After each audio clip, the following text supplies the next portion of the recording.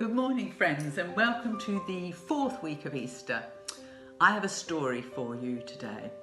I lost my John Lewis credit card, searched the house high and low, couldn't find it, so by Wednesday I thought I'd better give them a ring. I got straight through to an operative, told them I'd lost my card, and there was silence on the end of the phone. And then a voice said, "Well, madam, how did you do that then? It's not like you've been out of the house, is it? You've hardly been on the underground and dropped it there, and nobody's stolen it from your bag. And I shouldn't think anyone's called at your house, have they? So nobody's scooped it up. No, we can firmly tell this is the work of the house goblins." My finger is hovering over the button to cancel your card, and we all know that when I push that, your card will appear. Do you want me to push the button or not? Well, I roared with laughter with all this, and I said, "You're working from home, aren't you? And you haven't had many calls today."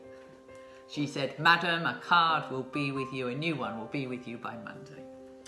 So I put the phone down, went and made myself a cup of coffee and had a chuckle, put my hand into my apron pocket, and this is what I pulled out. The said credit card. So all of that got me thinking that this was all a good idea for a spiritual exercise. So I would like you to take a piece of paper and a pen and a candle, and I've got my cross here as well. And I would like you to write on your paper this week, what have the house goblins taken from you?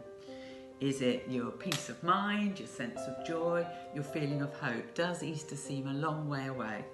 I'd like you to write it all on your card, tell God how you feel about things, what you think, and then put it before Him in the form of a prayer, a form of confession if you like.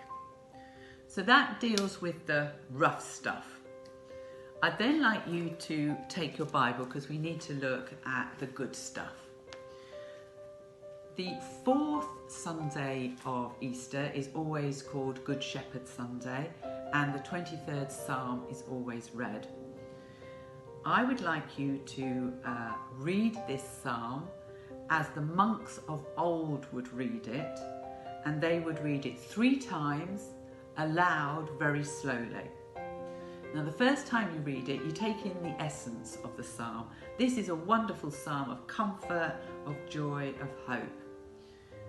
The second time you read it, I want you to concentrate on what individual words resonate for you.